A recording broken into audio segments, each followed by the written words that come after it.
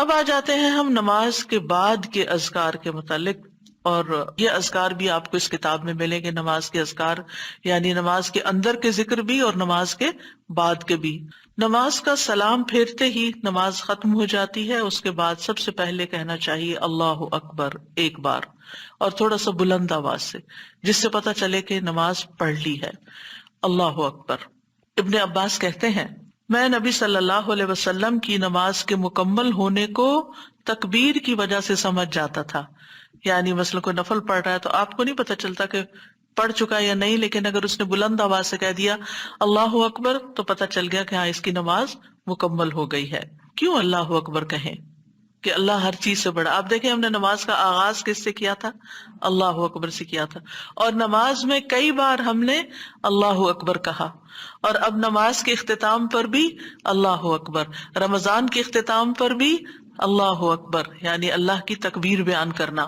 اللہ سبحانہ وتعالیٰ قرآن مجید میں فرماتے ہیں اتل ما اوحی الیک من الکتاب واقم الصلاۃ ان الصلاۃ تنہی عن الفحشاء والمنکر ولذکر اللہ اکبر واللہ یعلم ما تصنعون۔ کتاب میں سے جو آپ کی طرف وحی کیا گیا ہے اس کی تلاوت کیجیے اور نماز قائم کیجیے، بے شک نماز بے حیائی اور برائی سے روکتی ہے، اور یقیناً اللہ کا ذکر تو سب سے بڑی چیز ہے، اور اللہ کو معلوم ہے جو کچھ تم کرتے ہو۔ تو اللہ کا ذکر سب سے بڑی چیز، اور اس ذکر میں اللہ کو سب سے بڑا قرار دینا سب سے بڑی چیز۔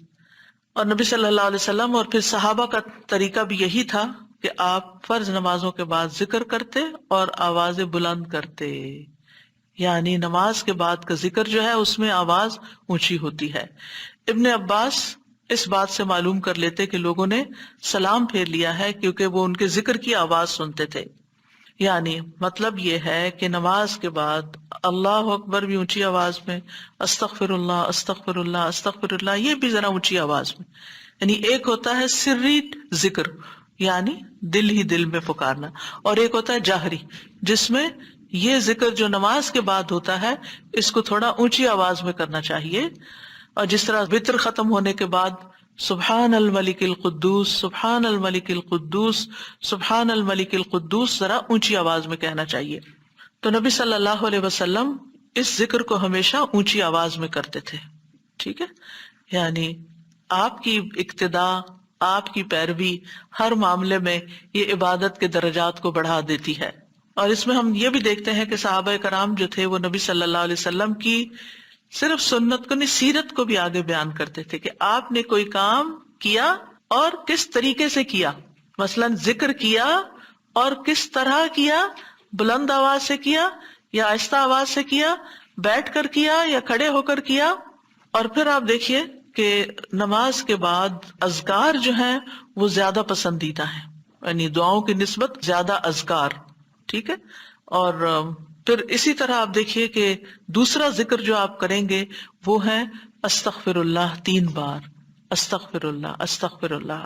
صوبان کہتے ہیں رسول اللہ صلی اللہ علیہ وسلم جب اپنی نماز سے فارغ ہوتے تھے تو 3 مرتبہ استغفار فرماتے تھے، 3 بار استغفار کرتے۔ ولید کہتے ہیں میں نے اوزائی سے پوچھا آپ استغفار کس طرح فرمایا کرتے تھے؟ تو انہوں نے کہا آپ فرماتے تھے استغفر اللہ استغفر اللہ۔ اب نماز پڑھ لی ہے، استغفر اللہ کیوں؟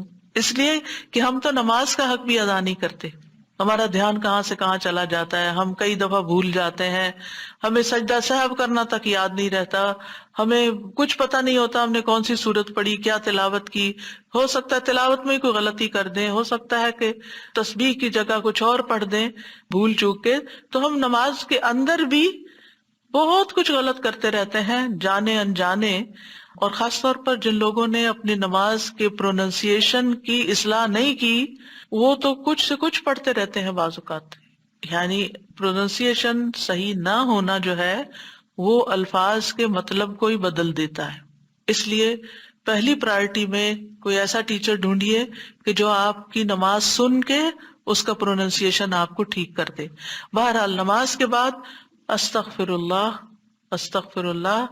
اور ایک اور چیز، نماز پڑھنے کے بعد انسان کو ایک فیلنگ ہوتی ہے کہ میں نے کچھ کیا ہے، لیکن جب انسان استغفر اللہ کہتا ہے تو اس میں عاجزی کا اظہار ہوتا ہے کہ اللہ تیرا حق ادا نہیں کیا، مجھے ابھی بھی گناہوں کی بخشش کی ضرورت ہے. اور آپ دیکھیے کہ یہ الفاظ نبی صلی اللہ علیہ وسلم ادا کرتے تھے جن کے اگلے پچھلے سارے گناہ معاف کر دیے گئے تھے.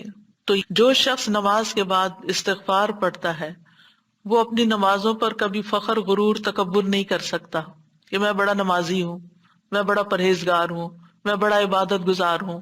نہیں، وہ یہ دیکھے گا کہ میں نے حق ادا نہیں کیا، میرے سے جو کمی کوتاہی ہوئی ہے اللہ تعالیٰ اس کو معاف کر دے. جو چیز مکمل طور پر ادا کرنی چاہیے تھی اس کو اس طرح نہیں ادا کیا، کچھ نہ کچھ کوتاہی واقع ہو گئی، تو اس بخشش کے طلب کرنے سے اللہ تعالیٰ کوتاہی سے درگزر فرما دے گا انشاءاللہ. اور ویسے بھی استغفار کرنے سے نقص یا کمی کوتاہی جو ہے اس کا ازالہ ہوتا ہے ہماری عام روزمرہ زندگی میں بھی. تیسرا ذکر، اب آپ دیکھ رہے ہیں یہ ذکر ہے، اللہ اکبر بھی ذکر ہے، استغفر اللہ بھی ذکر ہے، اور تیسرا یہ بھی ذکر ہے اللہم انت السلام ومنک السلام تبارکت ذی الجلال والاکرام. اے اللہ تو سراپا سلامتی ہے اور تجھی سے سلامتی حاصل ہوتی ہے، تو بڑی برکتوں والا ہے اے جلال و اکرام والے. یعنی استغفار کے بعد پھر فوراً بعد اللہ تعالیٰ کی تعریف اور یہ ذکر. السلام جو ہے یہ اللہ تعالیٰ کے ناموں میں سے ایک نام ہے جس کا مطلب یہ ہے کہ اللہ تعالیٰ ہر طرح کی آفات سے، عیبوں سے، ہر طرح کے نقص سے سلامت ہے. کوئی چیز اس کو نقصان نہیں دے سکتی، نہ لوگوں کی باتیں جو اللہ تعالیٰ کے خلاف کرتے ہیں، یا لوگوں کے گمان، یا لوگوں کی نافرمانیاں اور گناہ اور عبادت نہ کرنا، اللہ کا حکم نہ ماننا. اللہ تعالیٰ کو کوئی چیز نقصان نہیں دیتی، وہ سلامت ہے، اس کو کسی کی ضرورت ہی نہیں ہے. یہ جو کچھ ہم کرتے ہیں، ذکر ہو، عبادت ہو، یہ اپنے ہی فائدے کے لیے کرتے ہیں، اللہ تعالیٰ پر کچھ احسان نہیں ہے. تو ہم یہ کہتے ہیں اللہم انت السلام کہ اللہ تعالیٰ آپ سراسر سلامتی ہیں، اور آپ کا ہر فعل جو ہے وہ ظلم سے سلامت ہے، پاک ہے، ہر شر سے پاک ہے. آپ کی تقدیر، آپ کے فیصلے، ہر چیز سلامتی پر مبنی ہے. وَمِنْكَ السَّلَامُ، سلامتی تیری ہی طرف سے آتی ہے، یعنی تو ہی سلامتی دیتا ہے یا تو ہی سلامتی کو روک لیتا ہے. سلامتی کا مالک بھی تو ہی ہے، تو سلامت رکھے تو ہم سلامت ہیں. تو یہ تعلق اللہ تعالیٰ سے انسان اپنا ظاہر کرتا ہے کہ انسان اپنے رب کے بارے میں کیا سمجھتا ہے. تبارکتا، تبارکتا کا لفظ برکت سے ہے، جس کا مطلب ہوتا ہے کثرت سے کسی چیز کا بڑھنا اور قائم رہنا، یعنی تیری خیرات و برکات بہت زیادہ ہیں. ذل جلال والاکرام، اے عزت اور جلال والے. جلال کا مطلب ہے عظمت، بڑائی، اور اکرام کا مطلب ہے احسان. یعنی تو اپنے بندوں کو عزت و اکرام دیتا ہے، اپنے رسولوں کو، اپنے انبیاء کو اور اپنے صالح بندوں کو تو ہی عزت اور اکرام اور برکتیں عطا کرتا ہے. ساری نعمتیں تیری ہی طرف سے ہیں. اور یہ کتنا خوبصورت ذکر ہے جو ہم ہر نماز کے بعد کرتے ہیں، یا جو نہیں کر رہے انہیں لازماً کرنا چاہیے، کہ اللہ سبحانہ وتعالیٰ سے ہم اپنے اچھے گمان کا اظہار کرتے ہیں اور ایک طرح سے انڈائریکٹلی سلامتی اور برکت طلب بھی کرتے ہیں. آپ دیکھیے عموماً ہم جب کسی چیز کے اندر فائدہ دیکھتے ہیں تو ہم خیر اس سے وابستہ کر لیتے ہیں، یہ ہے تو کام ہوگا، یہ نہیں تو کام ہی نہیں ہوگا. مثلاً آپ کوئی قلم خریدتے ہیں اور اس سے لکھنا شروع کرتے ہیں اور آپ کو اچھا لگتا ہے، یا آپ اس سے جو لکھنا چاہتے تھے آرٹیکل یا کوئی چیز یا نوٹس اپنے تو بڑے اچھے لکھ پاتے ہیں، تو آپ کہنے لگتے ہیں یہ قلم بڑا مبارک ہے. ٹھیک ہے بھائی، قلم اچھا ہے، فائدہ دے رہا ہے آپ کو، لیکن اصل تو اللہ نے آپ کے لیے یہ وسیلہ بنایا کہ اس نے آپ تک یہ پہنچایا. تو اصل برکت اور خیر اور سلامتی کا منبع اللہ رب العزت کی ذات ہے. چیزوں کے ساتھ مت چمٹ جائیے اور ان پر اتنے ڈپینڈنٹ نہ ہو جائیں کہ اللہ کو بھول جائیں اور اللہ تعالیٰ کی نعمت اور اللہ تعالیٰ کا احسان یاد نہ کریں. تو اس لیے ہر نماز کے بعد ہم اس بات کا اقرار کرتے ہیں کہ ساری برکتیں تیری ذات سے ہیں یا رب، ساری سلامتی تیری طرف سے ہے یا رب، عزت اور اکرام تیری ہی طرف سے ہے یا رب. تو ہی جس کو چاہے اس پر احسان فرماتا ہے، لہٰذا ہم یہ سب کچھ تجھ سے ہی طلب کرتے ہیں. پھر آپ دیکھیے چوتھا ذکر ہے لا الہ الا اللہ وحدہ لا شریک لہ لہ الملک ولہ الحمد وہو علی کل شیء قدیر. یہ بھی آپ 3 بار پڑھ سکتے ہیں، یہ بھی ذکر ہے، یعنی 3 مرتبہ اللہ تعالیٰ کی توحید کا اقرار. مغیرہ بن شعبہ جو وحی کے کاتب تھے ان سے مروی ہے کہ معاویہ رضی اللہ عنہ نے مغیرہ کو لکھا کہ کوئی حدیث جو آپ نے رسول اللہ صلی اللہ علیہ وسلم سے سنی ہو وہ مجھے لکھ کر بھیجیں۔ راوی کہتے ہیں کہ مغیرہ رضی اللہ عنہ نے انہیں لکھا کہ میں نے آپ صلی اللہ علیہ وسلم سے سنا ہے آپ اپنی نماز سے فارغ ہونے کے بعد 3 مرتبہ یہ پڑھا کرتے تھے، لا الہ الا اللہ وحدہ لا شریک لہ لہ الملک ولہ الحمد وہو علی کل شیء قدیر۔ سب سے پہلے توحید کا اقرار کہ اللہ ایک ہے، وہی الہ ہے، وہی خالق ہے، مالک ہے، رب ہے، معبود ہے۔ پھر اس بات کا انکار کہ کوئی اس کا شریک ہو، لا شریک لہ، اور پھر لہ الملک، بادشاہت بھی اسی کی ہے، معبود بھی وہی ہے، بادشاہ بھی وہی ہے، اور ایسا بادشاہ ہے وَلَهُ الْحَمْدُ کہ اس کی تعریف ہے۔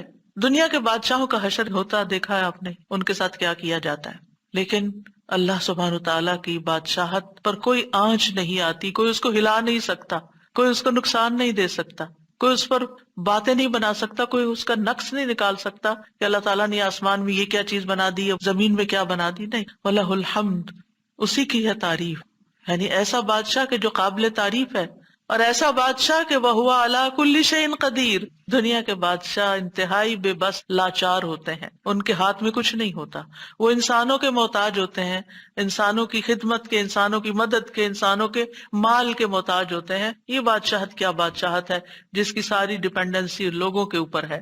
تو اصل بادشاہت تو اللہ کی ہے کہ جو ہر چیز پر پوری قدرت رکھتا ہے۔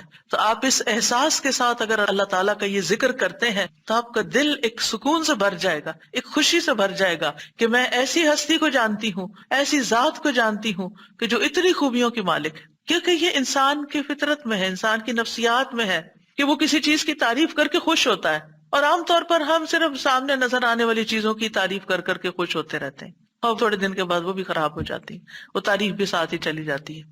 انسان ہے تو مر جاتے ہیں، ان کے اعمال ہے تو ختم ہو جاتے ہیں، اور کبھی وہ اچھے ہوتے ہیں اور پلٹ بھی جاتے ہیں، وہ کہاں گئی تعریفیں؟ جوان ہے تو بڑھاپے میں ساری تعریفیں چلی گئیں، مالدار تھے تو غریب ہوئے تو ساری تعریفیں چلی گئیں، اسی طرح علم ہے اور جنون لاحق ہو گیا تو ساری تعریفیں چلی گئیں، سب کچھ الٹ گیا۔ اور دنیا کے یہ سارے نظارے آپ نے دیکھے ہوں گے کہ جب ہر نعمت لوگوں پر الٹ جاتی، اسی لیے ہم دعا کرتے ہیں نا کہ اللہم انی اعوذ بک من زوال نعمتک، کہ اللہ نعمتوں کے زوال سے بچانا، یہ انتہائی تکلیف دہ چیز ہے، لیکن یہ ایک دنیا کا قانون ہے، یہ سب کچھ ہوتا ہے اور ہماری آنکھیں دیکھتی ہیں، لیکن اللہ سبحانہ وتعالی ان سب چیزوں سے پاک ہے، اس کو کوئی زوال نہیں اور اس کا کوئی کچھ بگاڑ نہیں سکتا، اور وہ ہر چیز پر پوری طرح قادر ہے، جو چاہے کر سکتا ہے، اور تعریف اسی کے لیے ہے۔ 5واں ذکر، لا الہ الا اللہ وحدہ لا شریک لہ لہ الملک ولہ الحمد وہو علی کل شیء قدیر، اللہم لا مانع لما اعطیت ولا معطی لما منعت ولا ينفع ذا الجد منک الجد۔ اللہ کے سوا کوئی الہ نہیں، وہ اکیلا ہے، اس کا کوئی شریک نہیں، بادشاہت اسی کی ہے اور تمام تعریف اسی کے لیے ہے، اور وہ ہر چیز پر پوری طرح قدرت رکھنے والا ہے۔ اے اللہ، جو کچھ تو نے دیا ہے اسے کوئی روکنے والا نہیں، اور جو کچھ تو نے روک دیا اسے کوئی دینے والا نہیں، اور کسی مالدار کو تیری بارگاہ میں اس کا مال نفع نہیں پہنچا سکتا۔ ابتدا میں تو وہی اللہ کی توحید بیان ہوئی، اس کی بادشاہت اور اس کی حمد کا ذکر ہے اور اس کی قدرت کا ذکر ہے، اور اس کے بعد کہ جو اللہ نے دیا، جو وہ دینا چاہتا ہے اسے کوئی روک نہیں سکتا۔ یہاں بھی آپ دیکھیں، مانگ کچھ نہیں رہی، یہ ذکر ہے، یہ دعا نہیں، یہ کیا ہے؟ ذکر ہے، اور جو کچھ تو نے روک دیا کوئی دے ہی نہیں سکتا، اور سارے ہی مالدار فقیر ہیں، اور خاص طور پر تیرے سامنے فقیر ہیں۔ یا ایھا الناس انتم الفقراء الی اللہ واللہ هو الغنی الحمید، اے لوگو تم سب اللہ کے فقیر ہو، اللہ کے محتاج ہو، اور اللہ ہی غنی، مالدار اور وہی قابل تعریف ہے۔ واللہ هو الغنی الحمید، ٹھیک ہے۔ نبی صلی اللہ علیہ وسلم جب سلام پھیرتے تھے تو یہ دعا پڑھا کرتے تھے یا یہ ذکر کیا کرتے تھے، اور اس میں آپ دیکھیے کہ یہ جو عقیدہ ہے نا کہ اللہ روکے تو کوئی دے نہیں سکتا، یہ انسان کو بڑا اطمینان دے دیتا ہے۔ اگر کوئی چیز، کوئی خیر آپ کی طرف آنے سے رکی ہوئی ہے تو وہ اللہ ہی نے روکی ہوئی ہے، آپ پر رحمت کی وجہ سے، بدگمان نہ ہو اس سے، کسی وجہ سے رکی ہوئی ہے۔ آپ کسی کی کوئی اچھی چیز دیکھتے ہیں، کسی کا مینشن دیکھتے ہیں تو سوچتے ہیں کتنا خوش قسمت ہے، کتنے بڑے گھر میں رہتا ہے. کسی کے پاس فراری دیکھتے ہیں تو آپ کہتے ہیں واہ کتنا خوش قسمت ہے. لیکن آپ کو نہیں پتا کہ یہی چیزیں اس کے لیے کتنی بڑی آزمائش بنی ہوئی ہیں، آپ نہیں جانتے. اور اگر اللہ نے آپ کو نہیں دی تو آپ کو بہت سے شر سے محفوظ رکھا ہوا ہے. تو اللہ کا روکنا بھی خیر کا باعث ہوتا ہے. یہ سبق پکا کر لیں کہ جب اللہ تعالیٰ کوئی چیز نہیں دیتا یا دیر سے دیتا ہے یا روک لیتا ہے اور کوئی چارہ نہیں ہوتا، آپ کہتے ہیں میری کوئی دعا قبول نہیں ہو رہی، میرا کوئی طریقہ کام نہیں آ رہا، تو اس میں بھی کوئی خیر ہوتی ہے. کیونکہ جو اللہ نے مقدر میں لکھا ہے وہ پہنچ کے رہے گا. کوئی روک نہیں سکتا جو تو دے، اور کوئی دے نہیں سکتا جو تو روک لے. اور جسے اللہ نے آپ کے مقدر میں لکھا ہے وہ آپ تک آئے گا ہی آئے گا. سورۃ فاطر میں اللہ تعالیٰ فرماتے ہیں ما یفتح اللہ للناس من رحمت فلا ممسک لها وما یمسک فلا مرسل له من بعدہ وہو العزیز الحکیم. جو کچھ اللہ لوگوں کے لیے رحمت میں سے کھول دے اسے کوئی بند کرنے والا نہیں، اور جو وہ بند کر دے اس کے بعد اسے کوئی کھولنے والا نہیں. حدیث میں آتا ہے ما اصابک لم یکن لیخطئک وان ما اخطأک لم یکن لیصیبک. جو کچھ تمہیں پہنچا وہ تم سے خطا ہونے والا نہیں تھا، اور جو نہیں ملا وہ ہرگز ملنے والا نہیں تھا.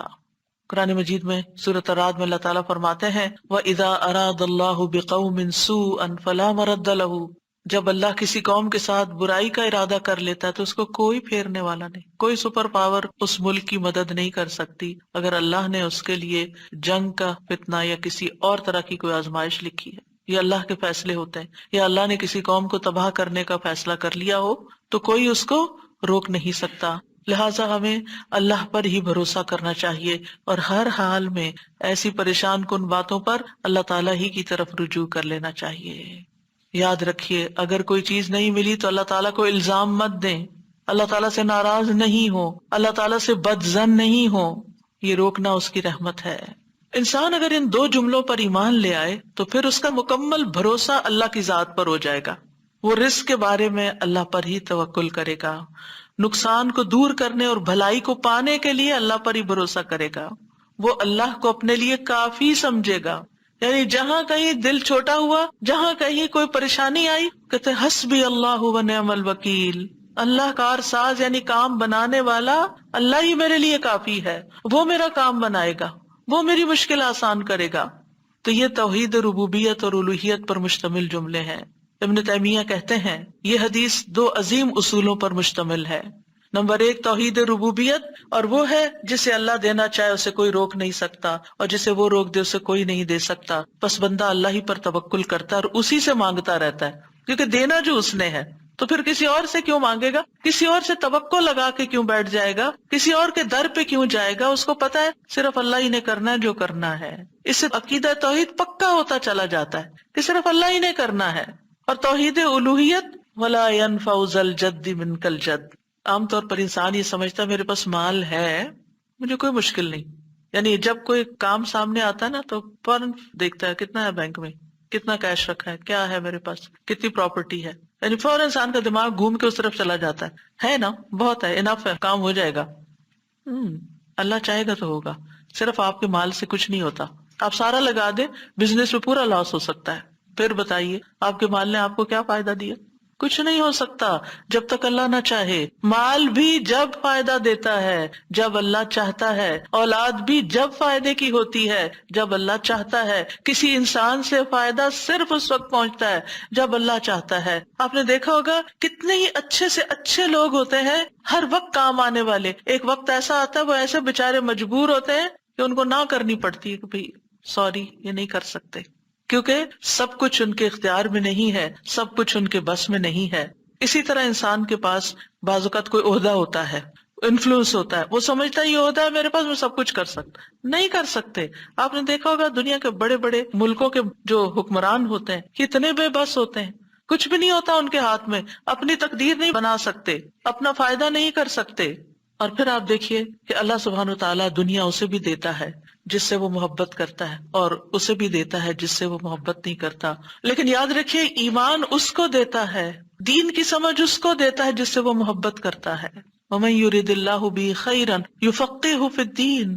دنیا تو سب کے پاس، مومن مسلم کافر سب کے پاس ہو سکتی ہے دنیا، دنیا کے بڑے بڑے فائدے ہر ایک کو مل سکتے ہیں، لیکن دین اس کو ملتا ہے جس سے اللہ محبت کرتا ہے۔ لہٰذا انسان کو اللہ ہی کی طرف رغبت کرنی چاہیے، اور کبھی بھی اپنے مال پہ، اپنے جاہ پہ، اپنے ریسورسز پہ، اپنی قوتوں پر، اپنے علم پر کبھی بھروسہ نہیں کرنا چاہیے کہ یہ میرے لیے کچھ بنائیں گے اور ان کی وجہ سے میں آگے بڑھ جاؤں گا اور ان کی وجہ سے میرا بہت فائدہ ہوگا۔ کہ اللہ فائدہ لائے گا نا، ان میں سے کوئی ایک چیز بھی آپ کے پاس نہیں ہوگی تو آپ کا کام بن جائے گا۔ اور اگر فائدہ نہیں دینا نا اللہ نے ان ساری چیزوں کے ہوتے ہوئے، کئی دفعہ لوگ کہتے ہیں نا ہر چیز ہے میرے پاس لیکن پھر بھی میرا یہ مسئلہ حل نہیں ہوتا، معلوم نہیں کیوں رکاوٹ آ گئی، اور پھر وہ غلط سوچنا شروع کر دیتے ہیں، فلاں کی بندش ہے، فلاں کی نظر ہے، فلاں نے یہ کر دیا۔ نہیں، نفع اور نقصان دونوں اللہ کے ہاتھ میں، نہ کسی کی نظر آپ کو نقصان دے سکتی ہے، نہ کسی کا جادو آپ کو نقصان دے سکتا ہے، نہ کسی کا حسد آپ کو نقصان دے سکتا ہے اگر اللہ نہ چاہے۔ لہٰذا اسی سے دعا کرتے رہیں، اور جو پروٹیکشن کی دعائیں اس نے سکھائی ہیں وہ پڑھتے رہیں، اور باقی بھروسہ اللہ کی ذات پر کریں۔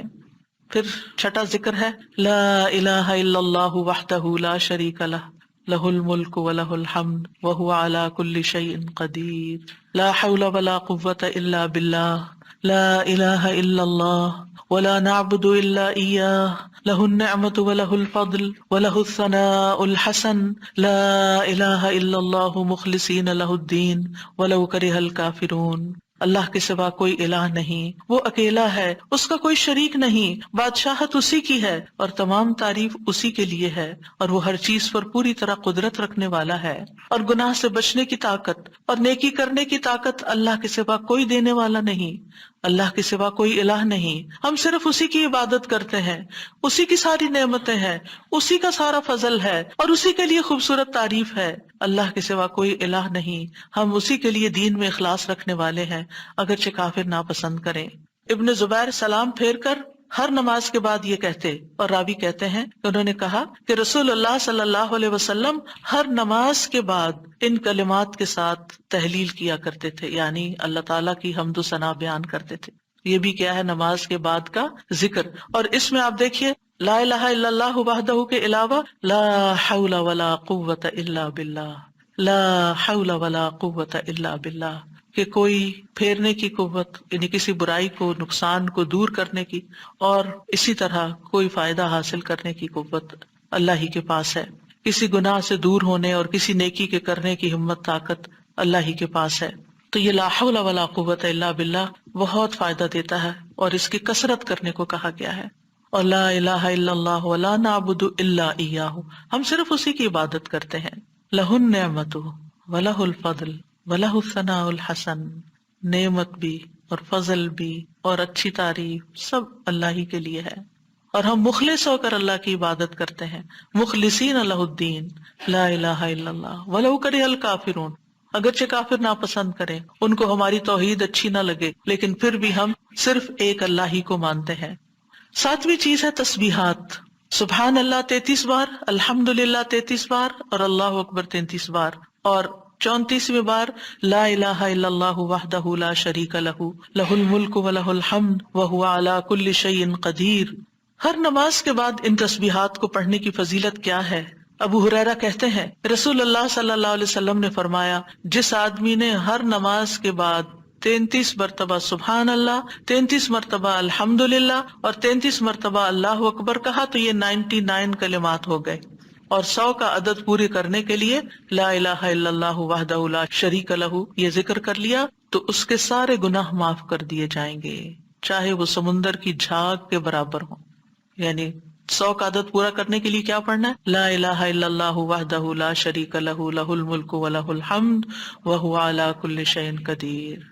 رسول اللہ صلی اللہ علیہ وسلم نے فرمایا ہر نماز کے بعد کچھ ایسے اذکار ہیں جن کو پڑھنے والا یا جن کو کرنے والا کبھی محروم نہیں ہوتا، جن میں سے سبحان اللہ 33 بار، الحمدللہ 33 بار اور 34 بار اللہ اکبر، یعنی اگر لا الہ الا اللہ پورا نہیں پڑھ سکتے تو اللہ اکبر کو 34 بار کر کے 100 کی گنتی پوری کر لیں۔ پھر اسی طرح رسول اللہ صلی اللہ علیہ وسلم کے پاس کچھ فقیر صحابہ حاضر ہوئے، کہا کہ امیر لوگ بلند درجات اور ہمیشہ رہنے والی جنت حاصل کر چکے، حالانکہ جس طرح ہم نماز پڑھتے ہیں وہ بھی پڑھتے ہیں، جیسے ہم روزے رکھتے ہیں وہ بھی رکھتے ہیں، لیکن مال و دولت کی وجہ سے انہیں ہم پر فضیلت حاصل ہے۔ اس کی وجہ یہ کہ وہ حج کرتے ہیں، عمرہ کرتے ہیں، جہاد کرتے ہیں، صدقے دیتے ہیں، اور ہم محتاجی کی وجہ سے یہ کام نہیں کر سکتے۔ آپ نے فرمایا کیا میں تمہیں ایک ایسا عمل نہ بتا دوں، اگر تم اس کی پابندی کرو گے تو جو لوگ تم سے آگے بڑھ چکے ہیں تم انہیں پالو گے، اور تمہارے مرتبے تک کوئی نہیں پہنچ سکتا، اور تم اپنے سامنے موجود لوگوں میں سب سے بہتر ہو جاؤ گے، سوائے ان کے جو یہی عمل شروع کر دیں۔ ہر نماز کے بعد 33 بار سبحان اللہ، 33 بار الحمدللہ، 33 بار اللہ اکبر، اور پھر 34ویں بار تو وہ ذکر آپ کو بتا ہی دیا گیا۔ اور اگر آپ 33 بار نہ پڑھ سکیں تو 10 بار سبحان اللہ، 10 بار الحمدللہ اور 10 بار اللہ اکبر پڑھ لیا کریں۔ یعنی اگر جلدی ہے تو پھر 10 بار بھی پڑھ سکتے ہیں۔ نبی صلی اللہ علیہ وسلم نے فرمایا 2 عمل ایسے ہیں اگر کوئی مسلمان بندہ ان کی پابندی کر لے تو جنت میں داخل ہوگا، اور وہ بہت آسان ہے مگر ان پر عمل کرنے والے بڑے کم ہیں۔ وہ کیا ہیں؟ ہر نماز کے بعد 10 بار سبحان اللہ، 10 بار الحمدللہ، 10 بار اللہ اکبر۔ فرمایا زبان کی ادائیگی کے اعتبار سے تو 150 بار ہے، یعنی 5 نمازوں میں 10 بار، اور ترازو میں 1500 ہوں گے۔ اور جب سونے لگے تو 34 بار اللہ اکبر، 33 بار الحمدللہ اور 33 بار سبحان اللہ کہے۔ زبانی طور پر تو یہ 100 ہے مگر میزان میں یہ تسبیحات 1000 ہوں گی۔ اور وہ کہتے ہیں یقیناً میں نے رسول اللہ صلی اللہ علیہ وسلم کو دیکھا، آپ انہیں اپنے ہاتھ سے شمار کرتے تھے، اور پھر کہتے ہیں دائیں ہاتھ سے، تو کرنے کا طریقہ کیا ہے؟ 3 دفعہ اوپر کو جائیے سبحان اللہ سبحان اللہ سبحان اللہ، اور 3 دفعہ نیچے کو آ جائیے سبحان اللہ سبحان اللہ سبحان اللہ۔ ایک انگلی پہ 6 بار ہو گیا، تو آپ کی 5 انگلیاں، تو 5 کو 6 دفعہ ضرب دیں تو کیا ہوتا ہے؟ 30، اور 3 دفعہ اور پڑھ لیں، اور اگر 34 ہے تو ایک اور پڑھ لیں۔ تو اس طرح ایک ہی ہاتھ پر، دائیں ہاتھ پر یہ تسبیحات آسانی سے پڑھی جا سکتی ہیں، کیونکہ ہاتھ سے تسبیح کرنا زیادہ پسندیدہ ہے۔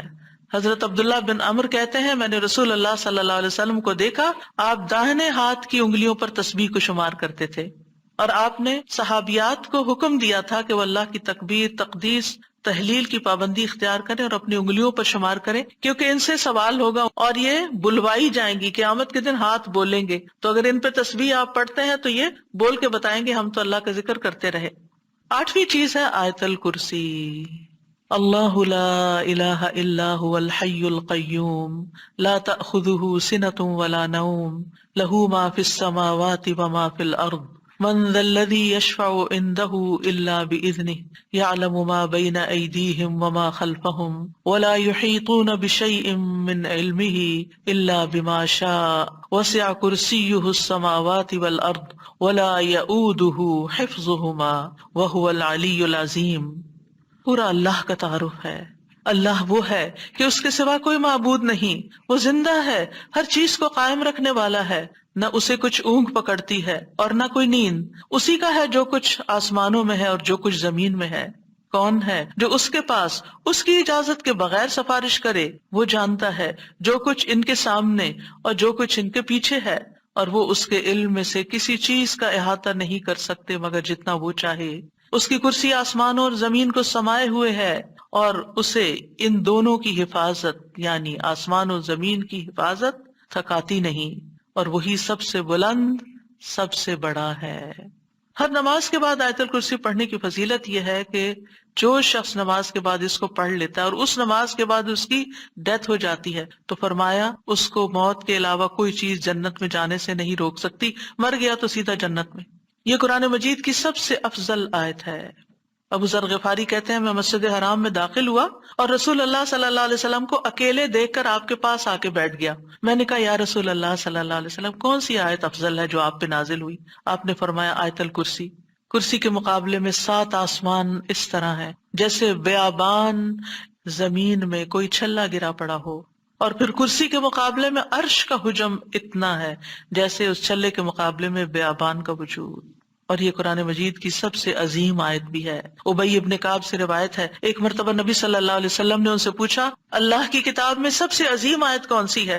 انہوں نے کہا اللہ اور اس کا رسول ہی زیادہ جانتے ہیں۔ آپ نے یہ سوال کئی مرتبہ دہرایا تو ابی ابن کعب نے کہا آیت الکرسی۔ یہ سن کر آپ نے فرمایا ابو المنذر تمہیں تمہارا علم مبارک ہو، اس ذات کی قسم جس کے ہاتھ میں میری جان ہے، عرش کے پائے کے پاس یہ اللہ بادشاہ کی پاکیزگی بیان کرتی ہوگی، اس کی ایک زبان اور 2 ہونٹ ہوں گے، یعنی جو لوگ اس پڑھیں گے وہ ان کے حق میں ایک طرح سے گواہ ہوگی۔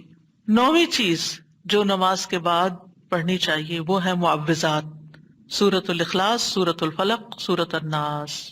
پہلی سورت میں اللہ تعالیٰ کی توحید بیان ہوئی ہے، دوسری صورت میں انسان کو پناہ مانگنے کے لیے کہا گیا ہے، کہہ دیجئے میں مخلوق کے رب کے پناہ پکڑتا ہوں، اس چیز کے شر سے جو اس نے پیدا کی، اور اندھیری رات کے شر سے جب وہ چھا جائے، اور گرہوں میں پھونکنے والیوں کے شر سے، اور حسد کرنے والے کے شر سے جب وہ حسد کرے۔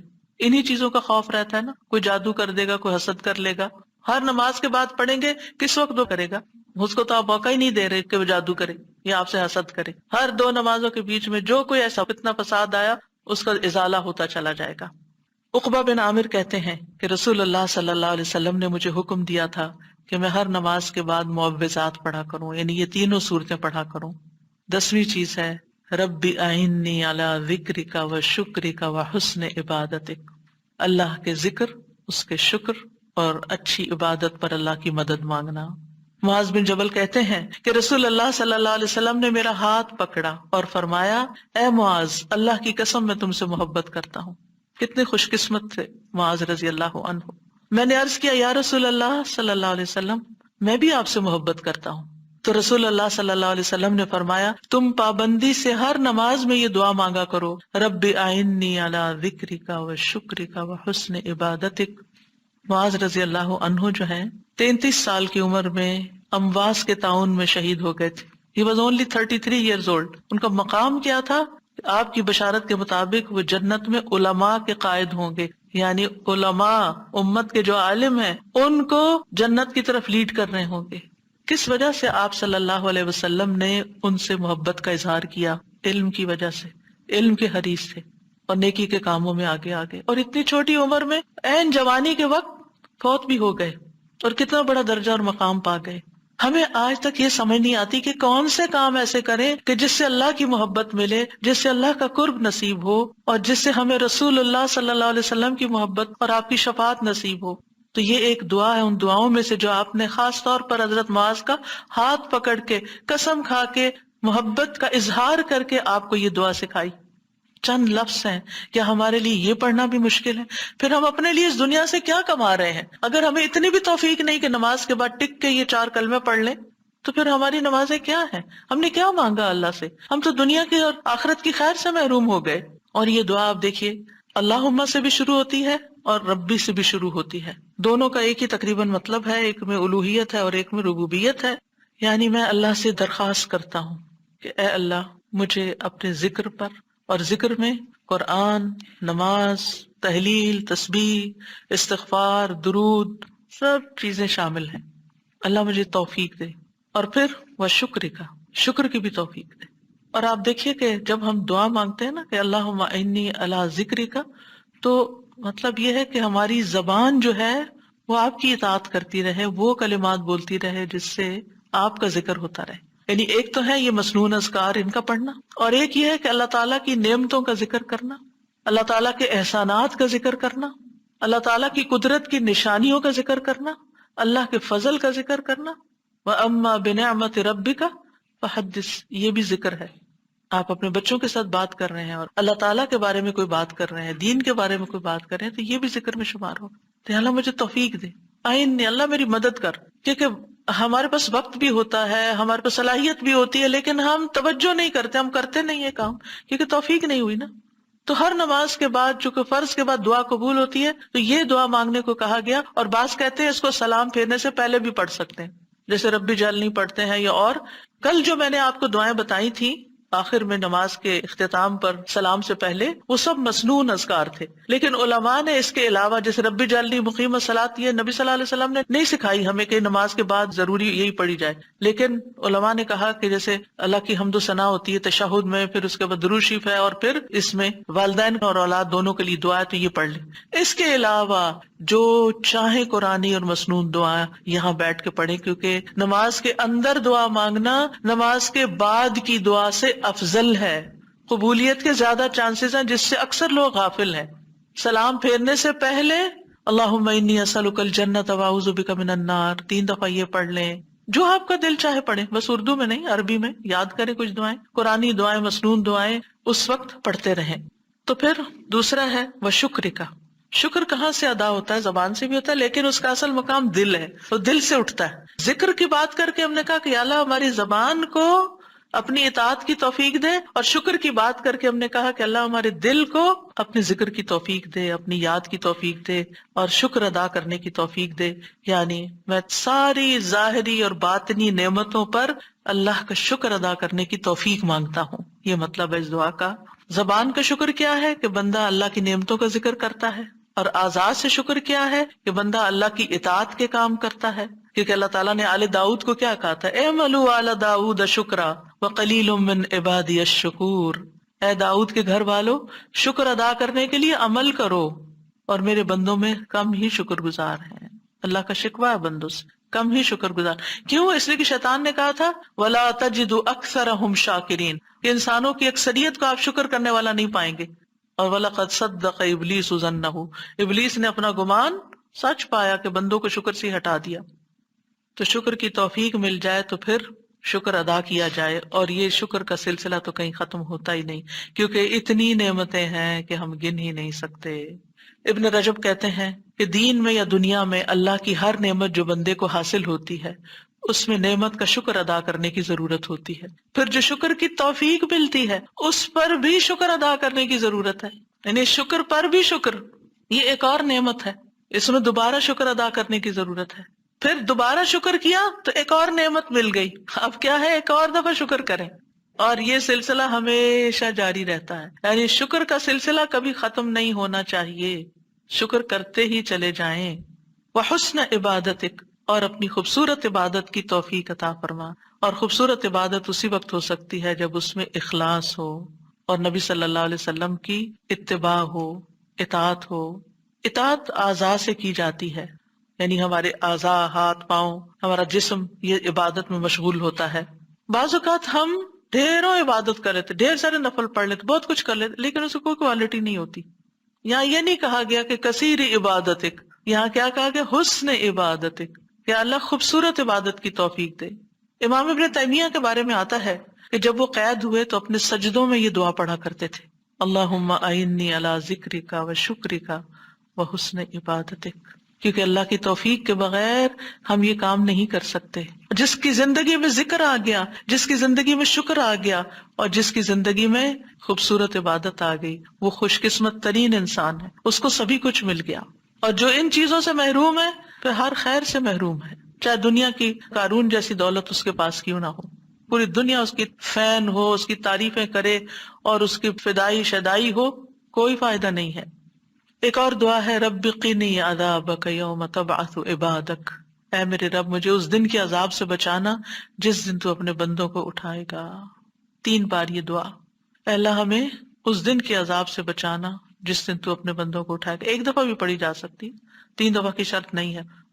برا بن عازب کہتے ہیں جب ہم رسول اللہ صلی اللہ علیہ وسلم کے پیچھے نماز پڑھتے تھے تو ہم آپ کی دائیں طرف کھڑے ہونے کو پسند کرتے تھے تاکہ آپ ہماری طرف رخ کر کے متوجہ ہوں. برا کہتے ہیں میں نے آپ کو فرماتے ہوئے سنا، یعنی آپ پلٹ رہے تھے اور کہہ رہے تھے رب قنی عذابک یوم تبعث عبادک. یہ رات کو سوتے ہوئے بھی پڑھا کریں اور نمازوں کے بعد بھی کہ اللہ اس دن کے عذاب سے بچا لینا جس دن تو بندوں کو دوبارہ پیدا کرے گا. 13 اللہم اغفر لی ما قدمت وما اخرت وما اسررت وما اعلنت وما اسرفت وما انت اعلم به منی انت المقدم وانت المؤخر لا الہ الا انت. اے اللہ میرے وہ گناہ بخش دے جو میں پہلے کر چکا، جو میں نے بعد میں کیے، اور جو چھپے ہوئے کیے اور جو ظاہر میں کیے، اور جو میں حد سے بڑھا رہا اور وہ جن سے تو مجھ سے زیادہ باخبر ہے. تو ہی نیکی اور خیر میں آگے کرنے والا اور پیچھے کرنے والا ہے، تیرے سوا کوئی معبود نہیں. نبی صلی اللہ علیہ وسلم سلام پھیرنے کے بعد یہ دعا پڑھا کرتے تھے، یعنی اس دعا کے بارے میں ثابت ہے کہ سلام کے بعد پڑھا کرتے تھے. تو اللہم اغفر لی ما قدمت، بات یہ ہے کہ جو نیک لوگوں کی نیکیاں ہوتی ہیں وہ مقربین کے گناہ شمار ہوتے ہیں، یعنی ان کا سٹینڈرڈ اور ہائی ہوتا ہے نا، ان کی کوالٹی اور اچھی ہوتی ہے. تو اس لیے نبی صلی اللہ علیہ وسلم کے گناہ کوئی نہیں تھے کہ جس کے لیے آپ بخشش مانگتے تھے، ایک تو ہمیں سکھانے کے لیے، اور دوسرا یہ ہے کہ نیکیوں میں سے جو کم درجے کی نیکیاں ہوں ان پر بھی. وما اخرت، اور جو عبادت مجھ سے تاخیر ہوئی، کوتاہی ہوئی، جو میں نے لیٹ کی، جس کا حق ادا نہیں کیا. وما اسررت، جو میں نے چھپایا، جو میرے دل میں وسوسے اور خیالات آئے. بعض اوقات نماز کے اندر وسوسے آنا شروع ہو جاتے ہیں، تو یا اللہ تو اس کو بھی معاف کر دے. وما اعلنت، اور جو میں نے ظاہراً کیے، یعنی وہ اقوال افعال جو سب کے سامنے، لوگوں کے سامنے کوئی بری مثال پیش کی. یعنی یہ نبی صلی اللہ علیہ وسلم کے نہیں، یہ ہمارے لیے ہے کہ ہم بعض اوقات ایسی بات کر جاتے ہیں، ایسا کام کر جاتے ہیں جو دوسروں کو پٹ آف کر دیتا ہے نیکی کے کاموں سے، یا ان کو دین سے ہٹا دیتا ہے، یا اور اسی طرح کی غلطیاں ہم کرتے ہیں. اور پھر آپ دیکھیے کہ نبی صلی اللہ علیہ وسلم کی ہمبلنس بھی اس سے پتہ چلتی ہے کہ کتنے آپ ہمبل تھے، کہ سارا کچھ کر کے، بہترین عبادت کر کے پھر بخشش بھی مانگ رہے ہیں. اور پھر آپ دیکھیے کہ وما اسرفت، ہر معاملے میں ہم حد سے پار ہو جاتے ہیں، خوشی میں، غم میں، بے صبری میں، ہر چیز میں. تو اس کی بھی دعا ہے یہ کہ اللہ جہاں بھی میں حد لمٹ کراس کر رہا ہوں، اللہ مجھے وہ کراس کی ہوئی لمٹ کے آگے جو غلط کام کیا ہے مجھ سے تو وہ بھی معاف کر دے. اور وما انت عالم بہ منی، اور جو تو مجھ سے زیادہ جانتا ہے. یعنی خاص کے بعد عام کا بھی ذکر ہے، یعنی میں نے تو مانگ لیا جو مجھے سمجھ آتی تھی، اب اس کے علاوہ بھی جو کچھ ہے اس کو بھی آپ معاف کر دیجیے. اور پھر انت المقدم و انت المؤخر، دوسرے روایت میں انت المقدم والمؤخر بھی آتا ہے. جس کو تو چاہتا ہے آگے بڑھا دیتا ہے نیکی میں، جس کو تو چاہتا ہے پیچھے کر دیتا ہے. یعنی یہ نہ سوچیے کہ آج میں اگر نیکیوں میں آگے ہوں تو ہمیشہ ایسے ہی رہوں گی، ہمیشہ ڈرتے رہا کریں، پیچھے بھی ہو سکتے ہیں. تو یا اللہ تو مجھے آگے ہی رکھنا، مراد یہ ہے. اور اگر نبی صلی اللہ علیہ وسلم کے بارے میں ہے تو آپ کی نبوت سب سے آخر میں تھی، وہ ایک پازیٹیو سینس میں ہے، انت المقدم و انت المؤخر. اور پھر اسی طرح یہ ہے کہ قیامت کے دن سب سے پہلے آپ اٹھائے جائیں گے، حالانکہ دنیا میں آپ کی نبوت سب سے آخر میں تھی. تو یہ اللہ تعالیٰ کا فیصلہ ہوتا ہے، جس چیز پر وہ چاہتا ہے اپنے بندوں کو اتارتا ہے، جس کو چاہتا ہے آگے بڑھاتا ہے، جس کو چاہتا ہے عزت دیتا ہے، جس کو چاہتا ہے ذلت دیتا ہے. اور بندوں کے ایک دوسرے پر درجات ہیں. نمبر 14، سبحانک اللہم و بحمدک استغفرک و اتوب الیک. یہ مجلس کے اختتام پر بھی اور نماز کی دعاؤں کے اختتام پر بھی، پاک ہے تو اے اللہ، تیری ہی حمد ہے، میں تجھ سے بخشش مانگتا ہوں، تیری ہی طرف میں رجوع کرتا ہوں. یہ اچھے عمل پر مہر لگانے والے کلمات ہیں. حضرت عائشہ سے روایت ہے کہ رسول اللہ صلی اللہ علیہ وسلم جب کسی مجلس میں بیٹھتے یا نماز پڑھتے یا کچھ کلمات پڑھتے، حضرت عائشہ نے ان کے بارے میں پوچھا تو آپ نے فرمایا، اگر کسی شخص نے اس مجلس میں اچھی باتیں کی ہوں گی تو یہ کلمات قیامت تک ان باتوں کے لیے مہر بن جائیں گے، اور اگر اس نے اس مجلس میں کوئی فضول بات کی ہے تو یہ اس کے لیے کفارہ بن جائیں گے. اور اس کے دیگر روایات بھی ہیں، یعنی دیگر طرق بھی ہیں اس دعا کے. اور پھر ایک اور دعا، رب اغفر لی وتب علی انک انت التواب الغفور، اے اللہ تو مجھے بخش دے اور میری توبہ قبول کر، بے شک تو بہت توبہ قبول کرنے والا، بہت بخشش فرمانے والا ہے. فجر اور مغرب کی نماز کے بعد کا خاص ذکر، لا الہ الا اللہ وحدہ وحدہ لا شریک لہ، لہ الملک ولہ الحمد یحیی ویمیت وہو علی کل شیء قدیر. اللہ کے سوا کوئی الہ نہیں، وہ اکیلا ہے، اس کا کوئی شریک نہیں، بادشاہت اسی کی ہے، تمام تعریف اسی کے لیے ہے، اور وہ ہر چیز پر پوری قدرت رکھنے والا ہے. اور سلام کے بعد تشہد کی حالت میں اگر آپ بیٹھے بیٹھے یہ ذکر کرتے ہیں، یعنی مصلی سے اٹھنے سے پہلے یہ ذکر کرتے ہیں، تو نبی صلی اللہ علیہ وسلم نے فرمایا، جس نے نماز مغرب اور صبح کی نماز کے بعد اتحیات میں اٹھنے سے پہلے اپنی ٹانگ کو دوہرا کیے ہوئے، یعنی جس پوزیشن میں آپ بیٹھے اسی پوزیشن میں بیٹھے بیٹھے 10 بار یہ ذکر کیا، اللہ تعالیٰ اس کے لیے 10 نیکیاں لکھ لیتا ہے، 10 گناہ اس سے دور کر دیتا ہے، 10 درجے اس کے بلند کر دیتا ہے. اس کے لیے ہر بری چیز سے حفاظت، شیطان مردود سے پناہ دینے والے یہ کلمات ہوتے ہیں. کوئی گناہ سوائے شرک کے اس کو نہیں پہنچتا، اور یہ اس روز عمل میں سب لوگوں سے افضل ہوتا ہے. یعنی صبح کے وقت اگر کوئی یہ پڑھ کے اٹھتا ہے مصلی سے تو یہ سب لوگوں سے افضل ہوتا ہے، سوائے اس شخص کے جس نے اس کے برابر یا اس سے زیادہ ان کلمات کو پڑھا ہو. اور ایک اور روایت میں ہے، جو یہ 10 مرتبہ مغرب کے بعد پڑھے گا، اللہ اس کی حفاظت کے لیے اسلحہ بردار فرشتے بھیجے گا جو اس کی صبح تک شیطان سے حفاظت کریں گے. اللہ تعالیٰ سے دعا ہے کہ اللہ تعالیٰ ہمارے ان اعمال کو قبول کرے اور ہمیں اس ذکر کی توفیق دے. میں یہ پڑھتے ہوئے سوچ رہی تھی کہ جو شخص یہ ساری دعائیں پڑھے نماز کے بعد، اس کے پاس فضول کام کرنے کا کون سا وقت باقی بچے گا. وَإِذَا سَأَلَكَ عِبَادِي عَنِّي فَإِنِّي قَرِيبٌ أُجِيبُ دَعْوَةَ الدَّاعِ إِذَا دَعَانِ فَلْيَسْتَجِيبُوا لِي وَلْيُؤْمِنُوا بِي لَعَلَّهُمْ يَرْشُدُونَ.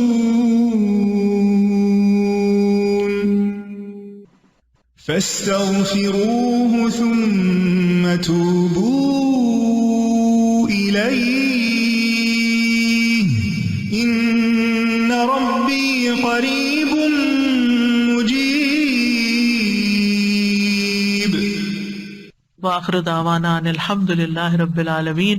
سبحانک اللہم وبحمدک اشہد ان لا الہ الا انت استغفرک واتوب الیک. السلام علیکم ورحمۃ اللہ وبرکاتہ.